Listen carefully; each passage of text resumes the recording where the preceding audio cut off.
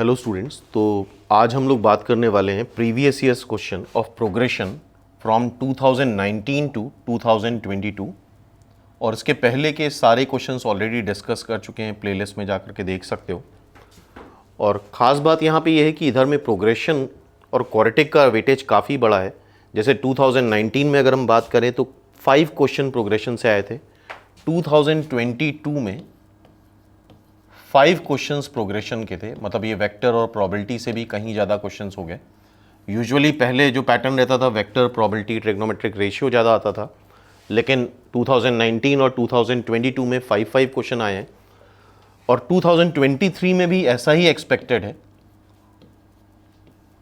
तो quadratic and progression ये दोनों काफ़ी इंपॉर्टेंट चैप्टर हो गए हैं इधर में, ठीक है।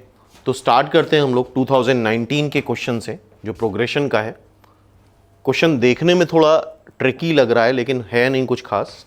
और जैसा कि तुम लोगों को पता है 19 का पेपर टफेस्ट था, तो बिल्कुल स्ट्रेट क्वेश्चंस नहीं पूछे गए थे जैसा 22, 21 या 20 में पूछे गए हैं क्वेश्चंस। तो कट ऑफ भी उसी के अकॉर्डिंग काफ़ी लो गया था 2019 का। सो फर्स्ट स्टेटमेंट है A1, A2, A3, A2n-1, ये सारे टर्म्स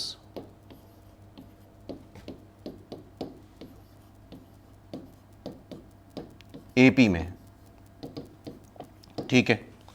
फिर A B1, B2, B3, B2n-1, A B1, B2, B3, B2n-1, comma B, ये सारे टर्म्स GP में है। क्लियर है बात। फिर A C1, C2, C3, C2n-1, B, ये सारे टर्म्स HP में हैं, where AB are positive, then the equation ANX² BNX plus C is equal to 0 has real and equal root, real and unequal root, imaginary roots, 1 real 1 imaginary, ये possible नहीं है, तो D option गलत है। तो पिछले 3-4 सालों में क्वाड्रेटिक और प्रोग्रेशन मिला के काफ़ी क्वेश्चंस बने हैं। तो आज ही इस वीडियो में हम लोग देखेंगे तो कम से कम 4 क्वेश्चन है जिसमें क्वाड्रेटिक और प्रोग्रेशन दोनों मिक्स्ड हैं। तो फिलहाल हमसे ये पूछा गया है इस क्वाड्रेटिक इक्वेशन के रूट्स कैसे हैं, रियल हैं, इमेजिनरी हैं। तो उसके लिए हमें डिस्क्रिमिनेंट निकालना होता है, दैट इज B² - 4AC। और गौर से देखो यहां पे इन्वॉल्व क्या है कोफिशिएंट में, AN, BN और CN। तो बेसिकली हमें AN, BN, CN के बारे में पता करना है कि AN, BN, CN है क्या।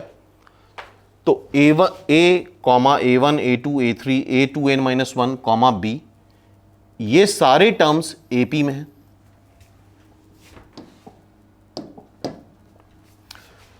अच्छा, A1, A2, A3, A2n-1 तक है, तो उसका जो मिडिल टर्म आएगा, ऑड टर्म अगर होते हैं तो मिडिल टर्म AN होगा। A1, A2, A3, A2n-1, ये 2n-1 तक टर्म है तो इट मीन्स ये ऑड टर्म्स है। ऑड टर्म्स है तो उसका जो मिडिल टर्म आएगा वो AN आएगा। और अगर ये कंप्लीट AP है, A1, A2, A3, A2n-1 से B तक, तो मिडिल टर्म उसका अर्थमेटिक मीन होता है। तो AN is the arithmetic mean of A and B। तो AN हो जाएगा सिंपली √AB। क्लियर है बात, वो बिल्कुल मिड में आएगा। इसी तरह से B1, B2, B3, B2n, ये अगर GP में है और साथ में A और B, तो इसका जो मिडिल टर्म आएगा वो BN आएगा। निकाल के देख सकते हो, मिडिल टर्म ये हो जाएगा, ठीक है। तो BN जो हो जाएगा वो ज्योमेट्रिक मीन, क्योंकि ये GP में है तो geometric mean of A and B, that is, sorry ये गलत लिख दिया हमने, √AB अर्थमेटिक मीन नहीं होता है, अर्थमेटिक मीन होता है A + B/2, ज्योमेट्रिक मीन हो जाएगा √AB। क्लियर है।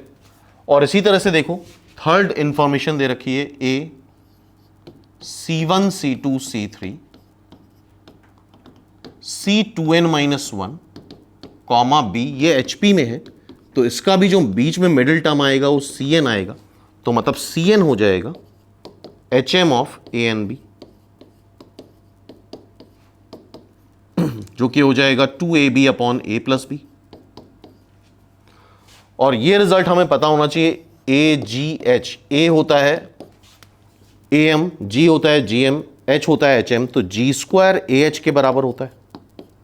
जी स्क्वायर किसके बराबर आता है? ए एच के बराबर। क्लियर है बात?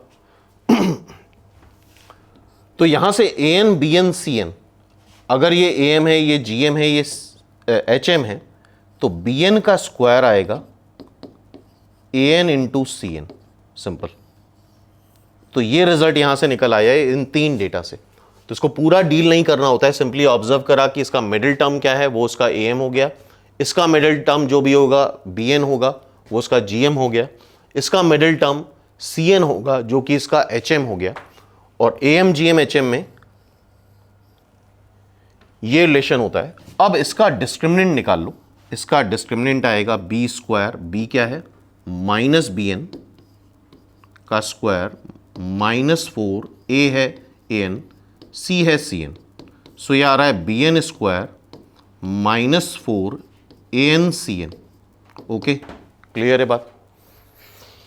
और बी एन स्क्वायर है क्या? A n c n. तो यहां पे रख दो a n c n -4 a n c n. तो आ जाएगा फाइनली ये -3 ए एन सी एन। और चूंकि दे रखा है ए और बी पॉजिटिव है, तो उसका arithmetic mean, geometric mean, harmonic mean सब पॉजिटिव होगा। ए एन भी पॉजिटिव आएगा, बी एन भी पॉजिटिव आएगा, सी एन भी पॉजिटिव आएगा। तो ए एन सी एन का प्रोडक्ट पॉजिटिव होगा और नेगेटिव साइन लगा है, तो ओवरऑल ये नेगेटिव आ जाएगा। हेंस अगर डी नेगेटिव आ रहा है, इट मीन्स उसके रूट्स कैसे हैं? इमेजिनरी है। ठीक है, तो ये क्वेश्चन में काफ़ी लोग फंस गए थे क्योंकि पूरा डील करने लग गए थे। तो सीधा सीधा ऑब्जर्वेशन था, इसका मिडिल टर्म क्या है, इसका मिडिल टर्म क्या है और उसका मिडिल टर्म क्या है, वो रिस्पेक्टिवली उसके A M G M H M हो जाएंगे। तो आई होप ये क्वेश्चन समझ में आ गया होगा 2019 का। अब नेक्स्ट क्वेश्चन पे आते हैं हम लोग। सेकेंड क्वेश्चन, ये भी एक अच्छा क्वेश्चन है 2019 का। तो जैसा कि हमने बताया 19 में पेपर स्ट्रेट नहीं था, सीधे सीधे क्वेश्चंस नहीं थे। तो देखो जरा इसको ध्यान से, क्या लिखा है यहाँ पे? ए बी सी जीपी में है। अगर ए बी सी जीपी में है तो b square is equal to a c होता है, सबको पता है। And these term log a minus log 2b, log 2b minus log 3c, log 3c minus log a, AP में है। तो एपी में कंडीशन क्या होती है? Twice of middle term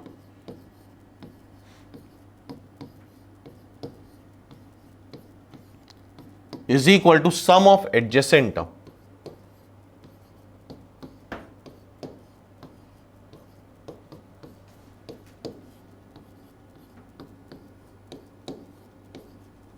clear है बात? तो इसको पूरा सॉल्व कर लो। 2 log 2b minus 2 log 3c, log a cancel हो गया, log 3c minus log 2b। Okay, 2 log b इधर ले आओ तो ये 3 log 2b बन जाएगा, और log 3c उधर ले जाओ तो 3 log 3c आ जाएगा। 3 कैंसिल हो गया, तो log 2b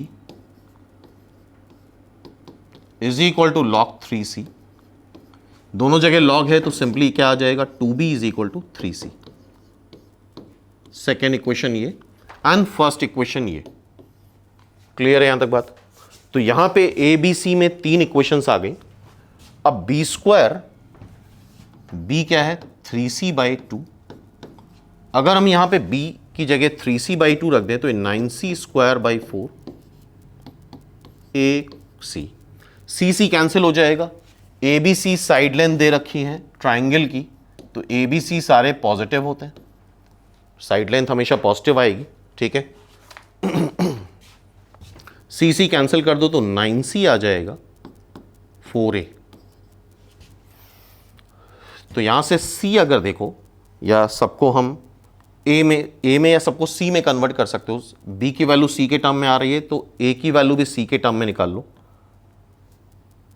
a आ रहा है 9c/4, a आ गया 9c/4, b आ गया 3c/4, और ABC साइड है side of triangle which is acute angle, obtuse angle, right angle and equilateral. तो एक्यूट या ऑब्ट्यूस एंगल चेक करने के लिए हमें कोसाइन फॉर्मूला यूज करना होता है। कोसाइन फॉर्मूला क्या होता है?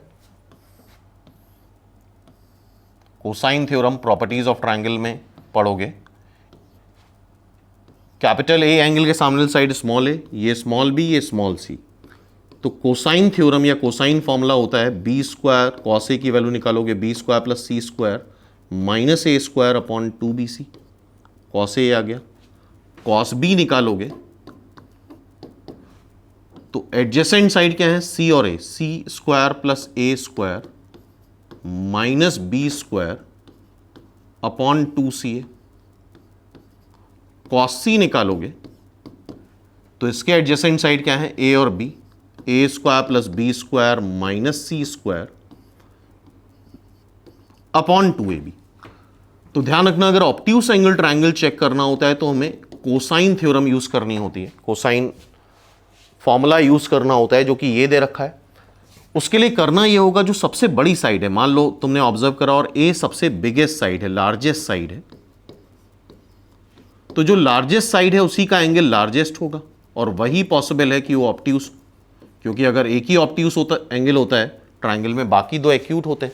ठीक है, उसका कॉस निकाल लो। जैसे कॉस निकाल लिया, अगर ये नेगेटिव आया, ऑब्ट्यूस एंगल मतलब क्या होता है? π/2 से बड़ा और पाई से छोटा, और ये सेकेंड क्वाड्रेंट है। सेकेंड क्वाड्रेंट में कॉस कैसा आता है? नेगेटिव आता है। अच्छा, 2bc तो पॉजिटिव ही होगा, इसका मतलब B square plus C square minus A square अगर नेगेटिव आ गया, जो लार्जेस्ट साइड है उसके अपोजिट एंगल अगर नेगेटिव आ गया तो ऑब्ट्यूस है, और लार्जेस्ट साइड है तो अगर नेगेटिव आ गया तो ऑब्ट्यूस है। अगर B square plus C square minus A square positive आ गया तो ये एक्यूट एंगल ट्रायंगल है। आई होप इतनी बात सबको समझ में आ रही होगी। ठीक है, तो ऑब्ट्यूस एक्यूट को हम ऐसे ही चेक करते हैं। सबसे पहले लार्जेस्ट साइड निकालो, उसके अलोंग कॉस थ्योरम लगा के, कॉस फॉर्मूला लगा के ये आ जाएगा, और उसकी साइन चेक कर लो क्या वो पॉजिटिव आ रहा है कि नेगेटिव आ रहा है। तो अब फिर से आते हैं इस क्वेश्चन पे। A B C side of triangle है, तो A B C side of triangle है, तो वैल्यू देख लेते हैं हम। ए बी सी, ए की वैल्यू क्या आ रही है? 9c/4। बी की वैल्यू क्या आ रही है? बी की वैल्यू आ रही है 3c/2। सबको एक ही फॉर्म में लिख लो। और सी की वैल्यू तो सी है। अच्छा, ये 2 पॉइंट समथिंग होगा, 9.4, 9/4, ये 1.5, और ये तो सी है ही, जो भी है 2 पॉइंट समथिंग इंटू सी, 1.5 इंटू सी, और ये सी। इसका मतलब ए सबसे बड़ी साइड है, ए सबसे बड़ा है, बी उससे छोटा, सी उससे छोटा। तो इसका मतलब हमें कॉस थ्योरम में कॉस ए सबसे बड़ी साइड क्या है? ए। तो कॉस ए निकालना होगा, और कॉस ए का फॉर्मूला ऑलरेडी हम लिख चुके हैं, B square plus C square minus A square. So cos A B square plus C square minus A square, simply यही देखना है। अगर ये नेगेटिव आ गया तो ये ऑब्ट्यूस एंगल ट्रायंगल है, अदरवाइज ये पॉजिटिव आ गया तो एक्यूट एंगल ट्रायंगल है। तो बेसिकली हमें साइन इसका देखना है, B square plus C square minus A square कैसा आ रहा है, पॉजिटिव आ रहा है कि नेगेटिव आ रहा है। बी है 3c/2 मतलब 9c²/4, सी स्क्वायर है, ए है 9c/4 मतलब 81c²/16। क्लियर है बात? अब इसको सिंप्लीफाई करो, 9c² plus 4c²/4 minus 81c²/16, तो ये 13c²/4 एंड ये है 81c²/16। एलसीएम ले लो 16 का, 4 इधर मल्टीप्लाई करेंगे, 13 into 4, c² minus 81c², 13 into 4 करोगे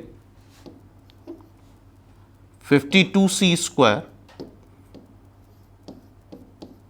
जो कि नेगेटिव आ रहा है। It means simply B square plus C square minus A square, largest side के अपोजिट एंगल में अगर B square plus C square minus A square negative आ जाए, इट मीन्स ये ऑब्ट्यूस एंगल ट्रायंगल है।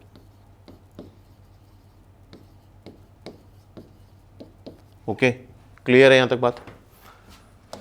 Hence it's answer is obtuse angle triangle. इसका answer हो जाएगा ऑब्ट्यूज एंगल ट्राइंगल बी। और क्वेश्चन निमसेट में काफ़ी रिपीट होते हैं तो बेटर रहेगा कि इस तरह के आंसर्स याद भी रखो, ठीक है। तो ये सेकेंड क्वेश्चन हो गया 2019 से प्रोग्रेशन का, तो इसमें भी थोड़ा कैलकुलेशन था, स्ट्रेट क्वेश्चन नहीं था। नेक्स्ट क्वेश्चन ये है, ये फिर से जीपी का क्वेश्चन आ गया। ये थोड़ा रिलेटिवली आसान क्वेश्चन है। ये 3 टर्म्स हैं, x 2x + 2 3x + 3 are the first 3 term of GP. तो जीपी में कंडीशन क्या होती है, square of middle term is equal to product of adjacent term. Square कर लो 4x² + 4 + 8x 3x² + 3x। इसको इधर ले आओ तो x² हो जाएगा, ये 5x हो जाएगा एंड दिस इज 4।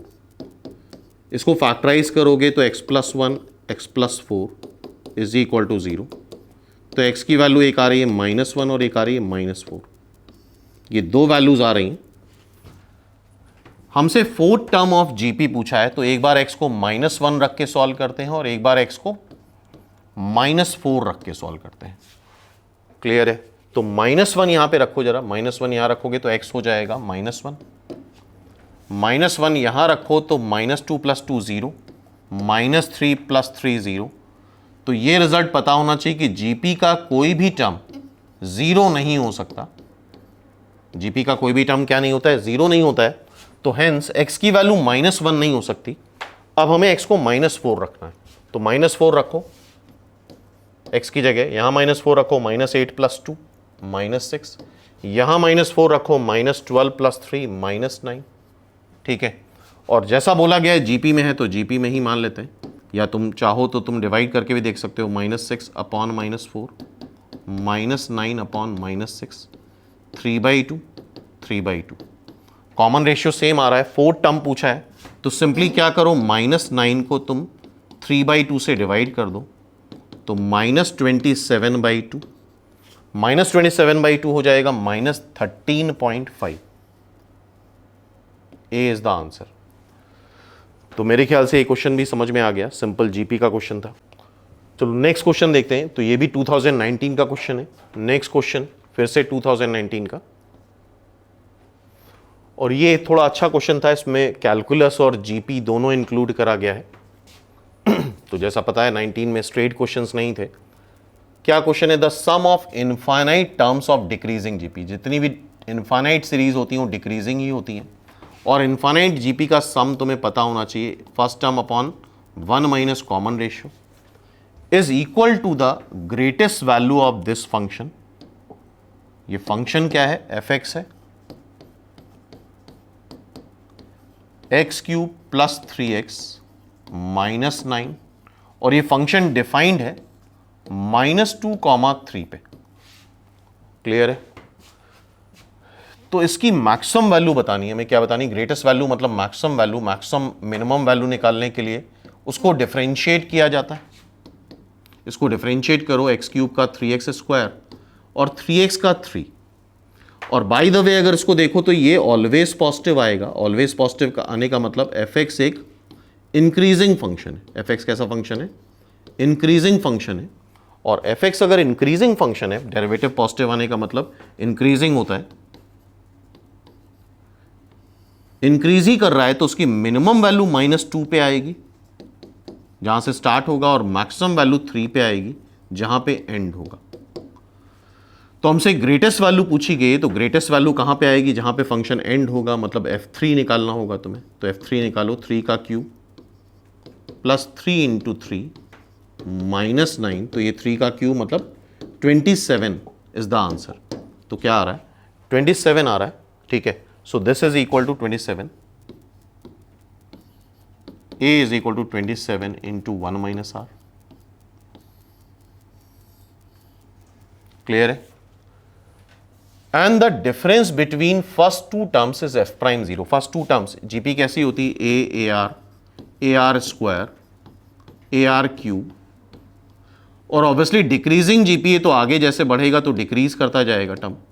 तो डिफरेंस निकालना है तो a बड़ा होगा, AR छोटा होगा, that is f'0। F prime x निकाल चुके हैं, यहां पे तुम 0 रख दो एक्स के प्लेस पे, तो क्या आ जाएगा 3। सो दिस इज 3। यहां से ए निकाल लो, ए कॉमन लोगे तो 1/r आएगा, 1 - r, तो ये हो गया। ठीक है, तो a की वैल्यू एक तो ये आ रही 27 × 1 - r, और यहां से आ रहा है 3/1 - r। तो 1 - r का स्क्वायर 3/27 मतलब 1/9, तो 1/r आएगा ±1/3। और ध्यान रखना जीपी, इनफाइनाइट जीपी तभी एग्जिस्ट करती है जब कॉमन रेशियो 1 से -1 के बीच में लाई करे। तो 1 - r आ रहा है ±1/3, एक बार हम +1/3 ले लेते हैं, तो r 1 - 1/3 2/3 आ जाएगा। फिर 1 - r -1/3 है, -1/3 उधर ले जाओ तो ये 4/3 हो जाएगा, जो कि पॉसिबल नहीं है बिकॉज इनफाइनाइट जीपी है, तो कॉमन रेशियो 1 से बड़ा नहीं हो सकता, कॉमन रेशियो 1 से छोटा होगा, hence common ratio is 2/3। Clear है? तो कॉमन रेशियो क्या आ रहा है 2/3। इसका आंसर सी हो गया, hence it's answer is C. तो ये भी एक अच्छा क्वेश्चन था 2019 का। नेक्स्ट क्वेश्चन देखते हैं, 2019 का। तो देख रहे हो किस तरह से काफी क्वेश्चंस प्रोग्रेशन से ही पूछे गए हैं। ये एक क्वेश्चन है, इसको हम प्रोग्रेशन सीक्वेंस सीरीज में ही इंक्लूड करते हैं। प्रोग्रेशन में एक पार्ट है एएम जीएम एचएम, उसी तरह की प्रूविंग इनइक्वलिटी में ये भी आता है। और इस तरह के क्वेश्चन वैसे स्टैटिस्टिक्स से भी सॉल्व कर सकते हैं, स्टैंडर्ड डेविएशन वेरिएंस वगैरह से, लेकिन फिलहाल अभी सिंपल तरीके से सॉल्व करते हैं।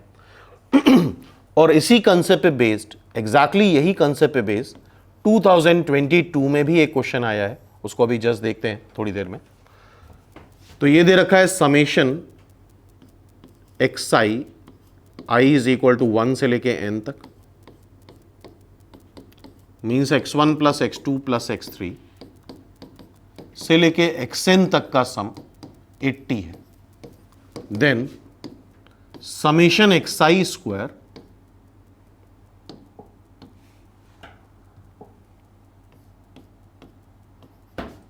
i की वैल्यू 1 से लेके n तक, मतलब x1 square + x2 square + x3 square + xn square कितना है 400।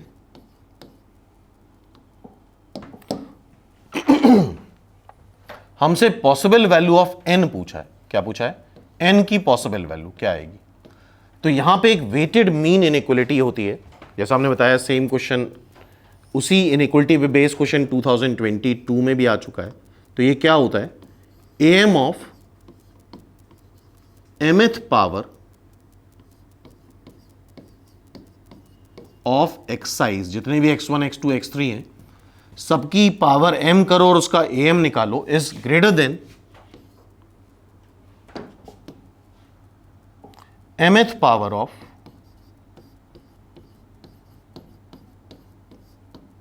am of excise. और m is a natural number, m यहां पे नेचुरल नंबर होगा। तो इसको एक्सप्लेन कर लेते हैं क्या है ये। देखो जरा ध्यान से, जितने भी x1 x2 x3 है सबकी पावर m कर लो,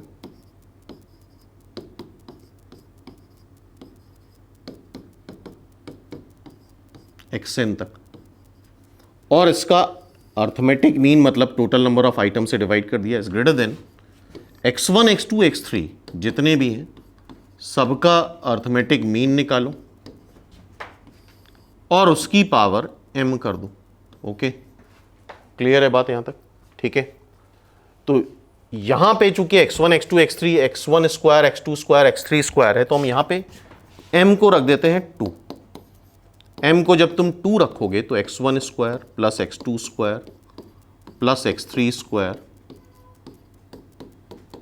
+ xn square divide by n is greater then x1 + x2 + x3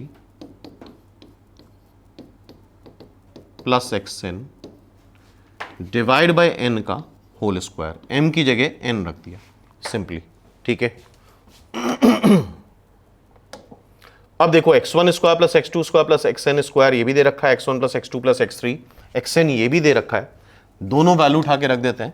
ध्यान से देखो वैल्यूज क्या दे रखी है। समेशन xi 80 दे रखा है, समेशन xi स्क्वायर 400 दे रखा है। So this is 400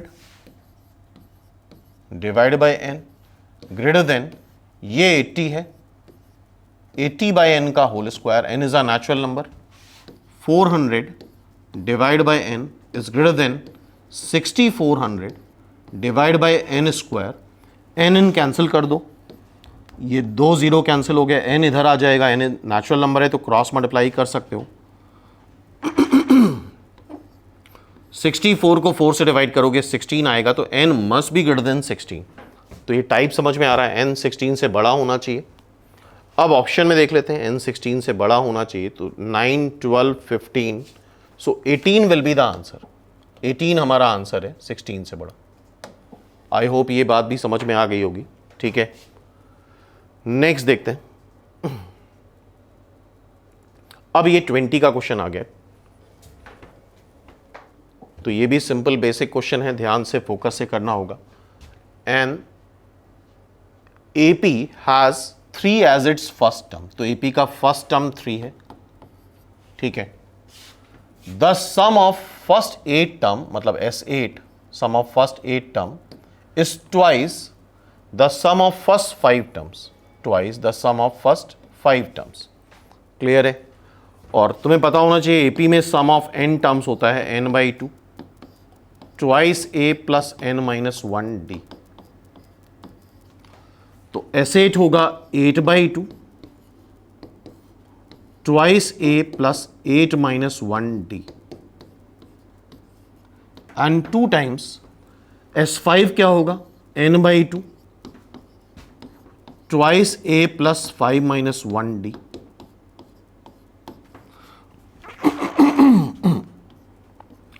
to cancel हो गया, ये 4 कैंसिल हो गया, इसको मल्टीप्लाई कर लो 8A, ये 7 है 28D, ये 5 से मल्टीप्लाई करो, ये आ जाएगा 10A, दिस इज 4 तो 20D, इसको उधर ले जाओ उसको उधर ले जाओ तो ये 2A is equal to 8D, मतलब A is equal to 4D। Simple. A दे रखा है तुम्हें 3, 4D, तो कॉमन डिफरेंस आ गया 3/4, so it's answer is A। Simple. तो ये 2020 का प्रोग्रेशन का अर्थमेटिक प्रोग्रेशन का क्वेश्चन हो गया। ठीक है, नेक्स्ट क्वेश्चन देखते हैं। ये 21 का क्वेश्चन है, HM का हार्मोनिक प्रोग्रेशन। अच्छा क्वेश्चन है ये, ध्यान से देखो, यहां पे थोड़ा कंसेप्ट यूज होगा।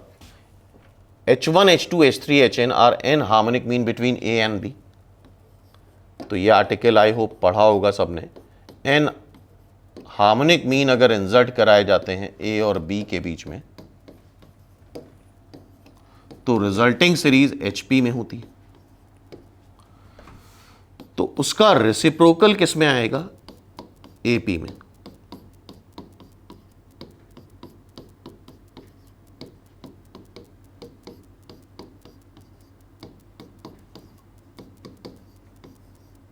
ठीक है, अब AP कैसे डील करते हैं? ये n टर्म्स है, एक टर्म ये और एक टर्म ये, तो टोटल कितने टर्म्स हो गए? n+2 टर्म्स हो गए।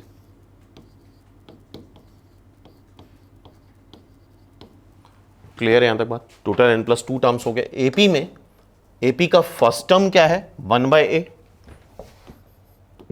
कॉमन डिफरेंस हमें नहीं पता, तो कॉमन डिफरेंस हम मान लेते हैं कैपिटल D है। ये इसका तुम्हारा n+2 टर्म हो जाए, क्योंकि टोटल n+2 टर्म है। तो n+2 टर्म मतलब n+2 टर्म AP का कैसे आएगा? A plus n+2 minus 1 into D। तो A क्या है? 1/A। ये क्या है? n+1, ये D।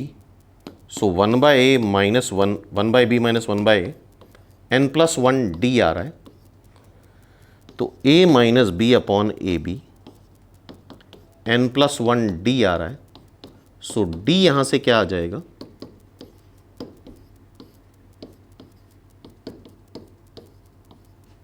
क्लियर है, d आ गया a minus B upon n plus one A B, clear.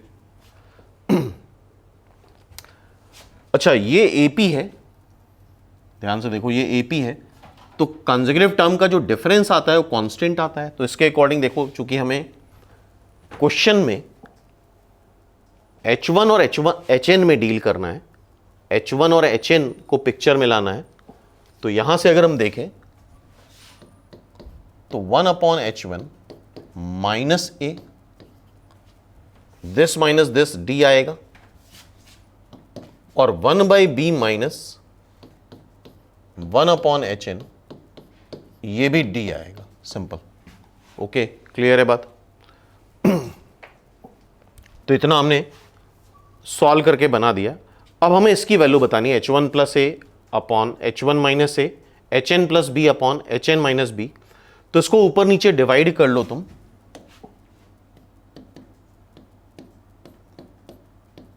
H1 ए से, और इसको ऊपर नीचे डिवाइड कर लो HN बी से, और जब हम डिवाइड करेंगे तो देखो क्या आता है, ये क्या लिखा है, H1 plus A, H1 minus A, HN plus B, HN minus B, A1 H1 से डिवाइड करोगे तो आएगा 1 upon A plus 1 upon H1, 1 upon A minus 1 upon H1, फिर क्या था 1 upon B plus 1 upon HN, 1 by B minus 1 upon HN, simple. ठीक है, यहां तक क्लियर है बात। यहां से इसको सॉल्व कर लो, ये d आ रहा है, तो जब इसको सबट्रैक्ट करोगे तो ये माइनस डी आ जाएगा, और ये तो क्लियरली d दे रखा है तुम्हें। अब d कॉमन ले लो, 1 बाई डी, तो देखो क्या बच रहा है, 1 by B plus 1 by HN minus 1 by A minus, तो थोड़ा सा ट्रिकी, थोड़ा सा कैलकुलेशन वाला क्वेश्चन था ये, minus 1 by H1। I hope इतनी बात समझ में आ गई। अच्छा यहां से देखो 1 बाई बी माइनस 1 बाई ए को तुम n प्लस वन डी लिख सकते हो,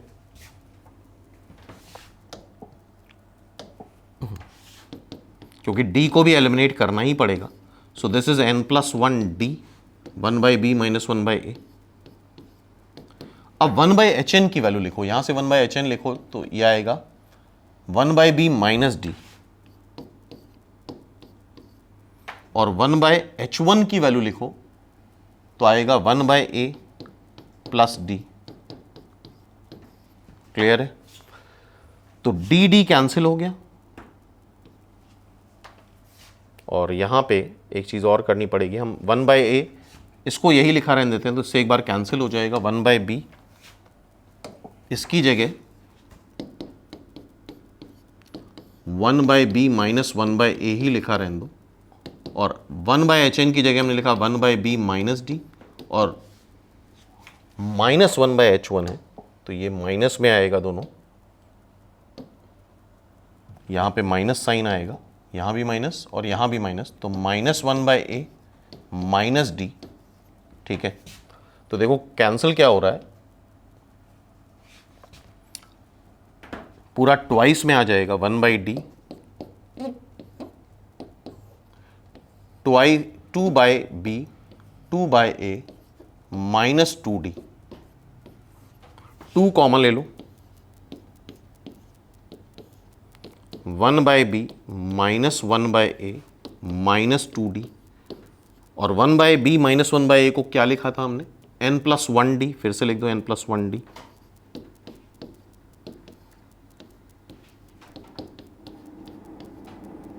माइनस 2d। ठीक है, अब यहां से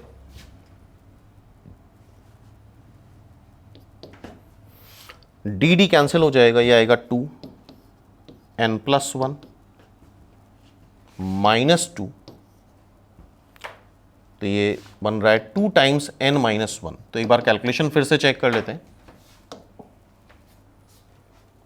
यहां पे हमने सॉल्व करा तो ये 1/d, यहां से कॉमन ले लिया 1/d, 1/b plus 1/h1 minus 1/a minus 1/h1 आया। 1/hn की वैल्यू रख दी हमने, 1/hn की वैल्यू आ रही है, ये उधर ले जाओगे तो 1/b minus D, 1/b minus D, और 1/h1 की वैल्यू रखी, इसको उधर ले जाओ तो माइनस 1/a माइनस डी। ठीक है, 1/a minus D, minus D cancel हो गया, माइनस डी 2d हो गया, तो 1/b 2b। ठीक है, सारी चीज़ें क्लियर है। आंसर फाइनली ये 2 टाइम्स n माइनस 1 ही आ रहा है। शायद ऑप्शन गलत थे यहाँ पे, या हो सकता है टाइपिंग मिस्टेक हो, शायद ये कंफर्म नहीं कि ऑप्शन गलत होंगे इसके। आंसर चेक कर लेना, यही आ रहा है 2 टाइम्स n माइनस 1। तो जैसा कि निमसेट में हर बार ऐसा होता है, 3-4 क्वेश्चन गलत होते हैं, तो 21 में भी जहाँ तक हमें याद है शायद ये क्वेश्चन गलत था। ठीक है, इतना कैलकुलेशन करने के बाद फिर गलत आंसर आए तो फिर अपने ऊपर ही डाउट रहता है। चलो नेक्स्ट क्वेश्चन देखते हैं। 4 ज्योमेट्रिक मीन, अब ये भी 21 का क्वेश्चन है। 4 geometric mean inserted between 2 and 64। ठीक है, तो 4 ज्योमेट्रिक मीन, 4 टर्म तो ये हो गया, जीएम इंसर्ट करने पे रिजल्टिंग सीरीज जीपी में होती है। 2 टर्म्स ये, तो टोटल हो गए 6 टर्म, तो ये 6 टर्म आएगा जीपी का। 6 टर्म जीपी का कैसा होगा, A R to the power n minus 1, और 6 टर्म है क्या 64। फर्स्ट टर्म क्या है जीपी का 2, आर पता नहीं क्या है, आर की पावर 5, तो आर टू द पावर 5 आ रहा है, 64 डिवाइड बाई 2 32, तो are will be 2।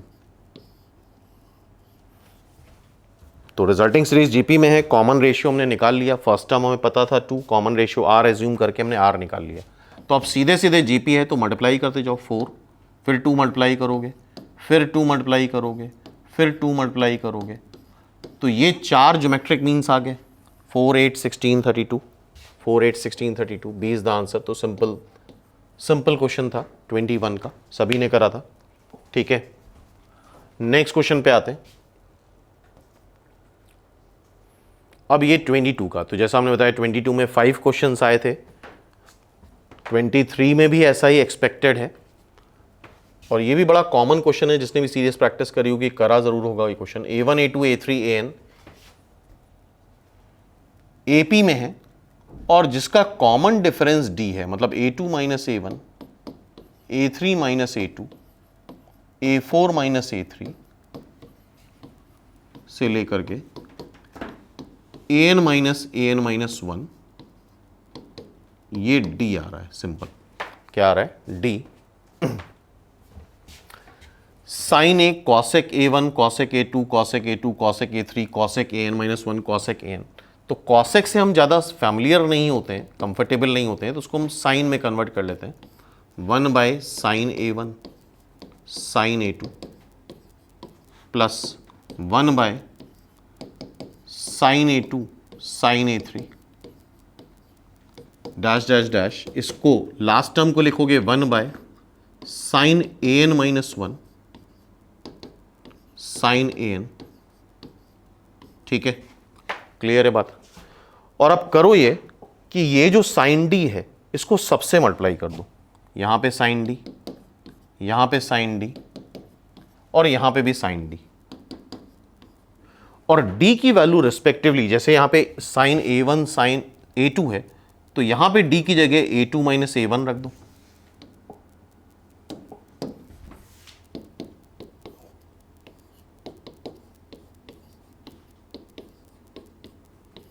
Sign A1 sine A2, यहां पे A2 A3 है तो D की जगह साइन A3 माइनस A2 रख दो।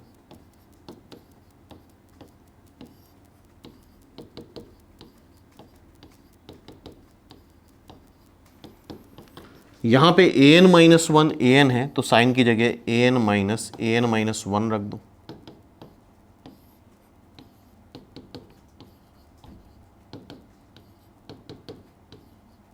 अब साइन ए माइनस बी का फॉर्मूला आई थिंक सबको पता है, sine A cos B minus cos A sine B, तो ये लगाना होगा हमें। तो देखो sine A one sine A two cos A one minus cos A two sine A one upon sine A one sine A two plus यहां पे formula लगा दो, sine A three cos A two minus cos A three sign A two upon sine A two sine A three, simple. Then last ये है sine A N cos A N minus one minus cos A N minus one sine A N divide by sine A N minus one sine A N. Okay,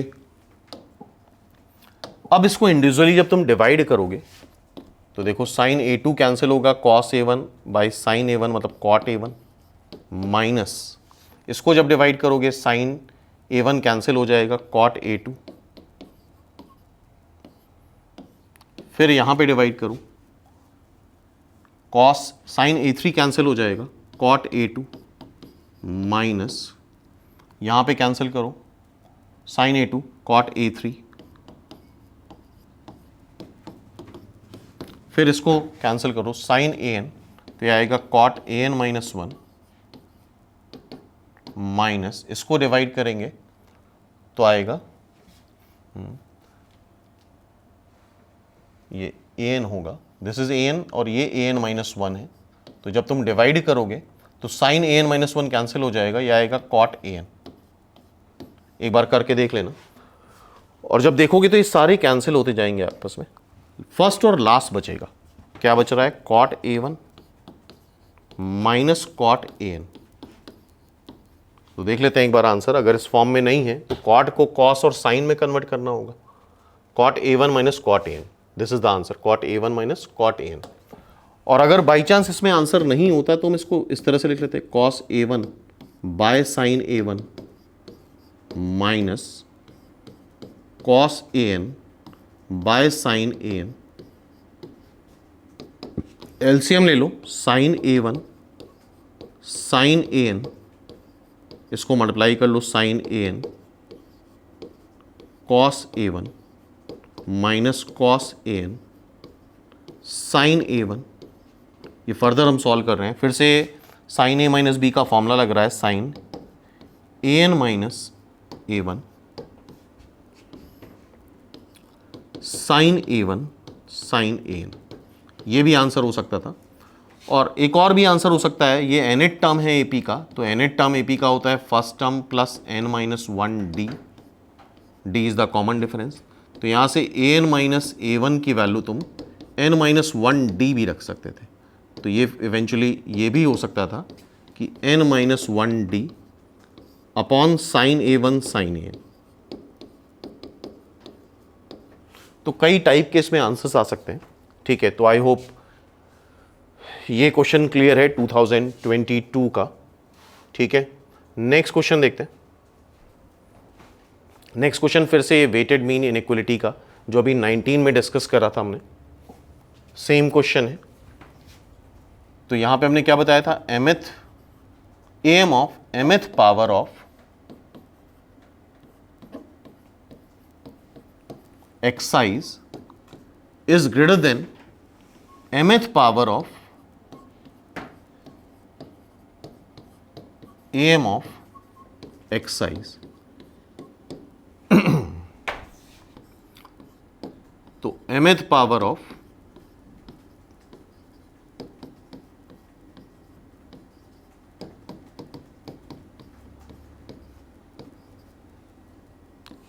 exercise is greater than जो x1 x2 x3 का am आएगा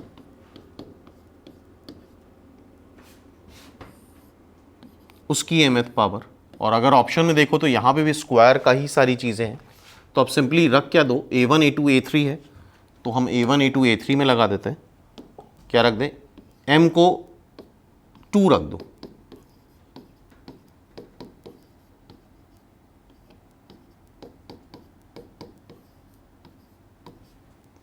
divide by n is greater then a1 plus a2 plus a3 plus an divide by n का whole square. ठीक है, तो ये क्या लिखा है, ये है समेशन ai का स्क्वायर, i की वैल्यू 1 से लेके n तक, ये n स्क्वायर बन जाएगा, एक n कैंसिल हो जाएगा, क्रॉस मल्टीप्लाई कर लो n, i की वैल्यू 1 से लेके n तक, इज ग्रेटर देन समेशन, ये n तो इधर मल्टीप्लाई कर लिया है, समेशन ai का होल स्क्वायर है, समेशन ai i की वैल्यू 1 से लेके n तक का होल स्क्वायर। सिंपल। सो देखो इस तरह का कोई आंसर आ रहा हो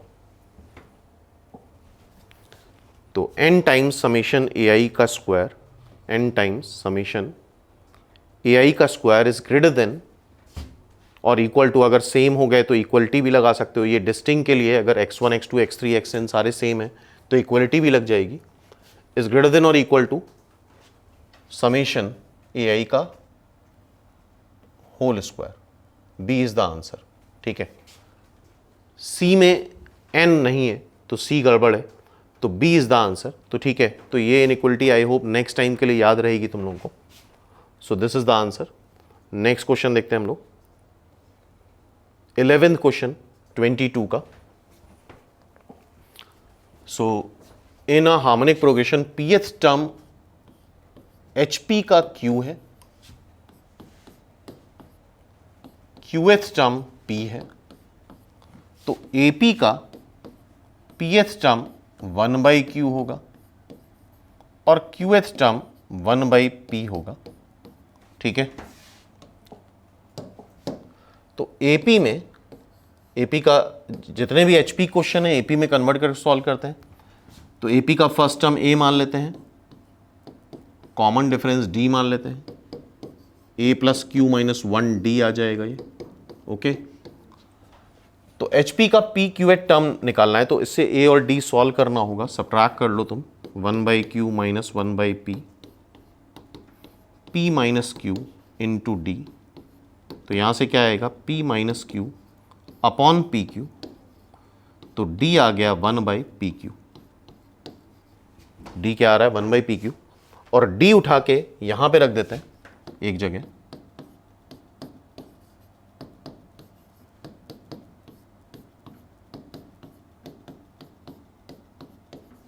A निकाल लेते हैं,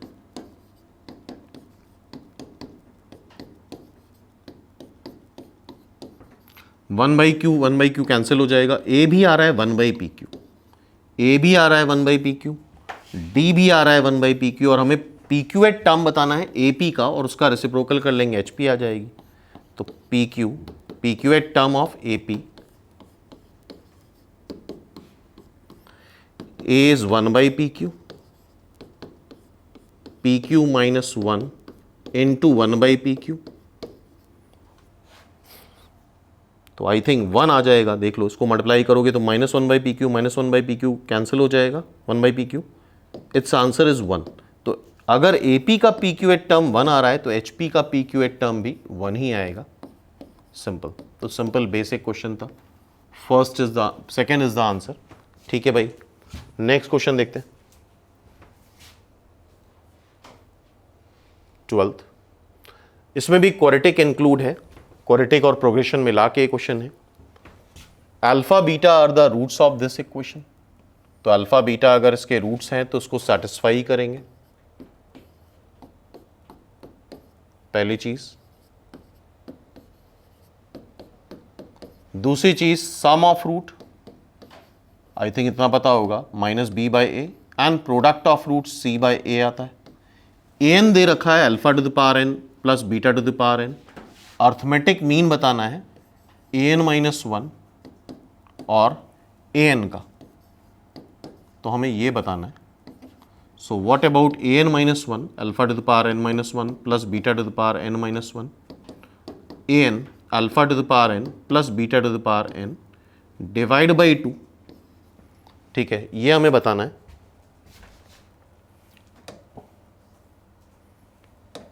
इन दोनों से alpha to the power n minus 1 common ले लें, इससे और इससे रिड्यूस करते हैं, अल्फा स्क्वायर आ जाएगा, इससे और इससे beta to the power n minus 1 common ले लो,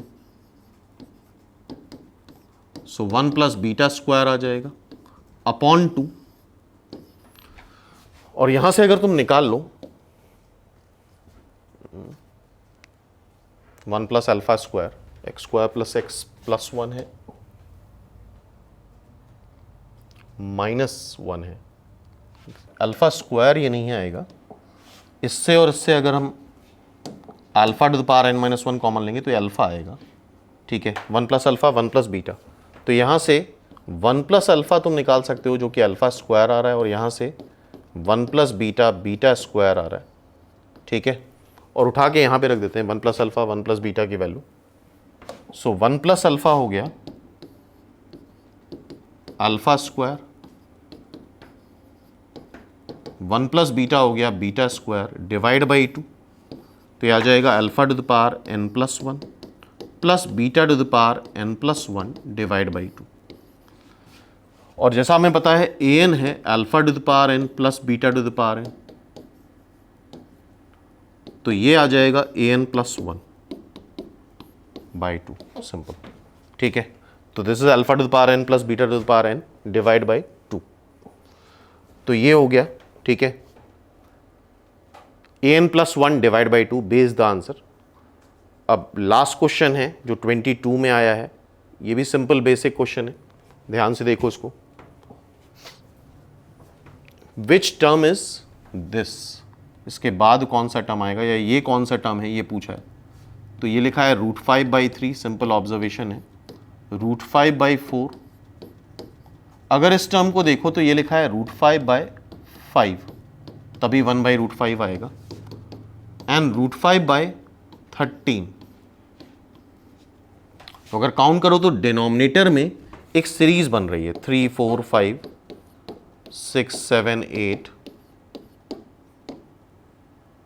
9 10 11 12 13, तो पूछा है ये कौन सा टर्म है, तो काउंट कर लो 3 से 13 1 2 3 4 5 6 7 8 9 10 11 11 टर्म, वैसे 3 से 13 देखोगे तो 3 से 13 तक टोटल टर्म 11 होंगे, 13 माइनस 3 नहीं करते हैं क्योंकि 13 माइनस 3 में 3 छूट जाएगा, प्लस 1 भी करेंगे, सो 11 टर्म आएंगे 3 से लेके 13 तक।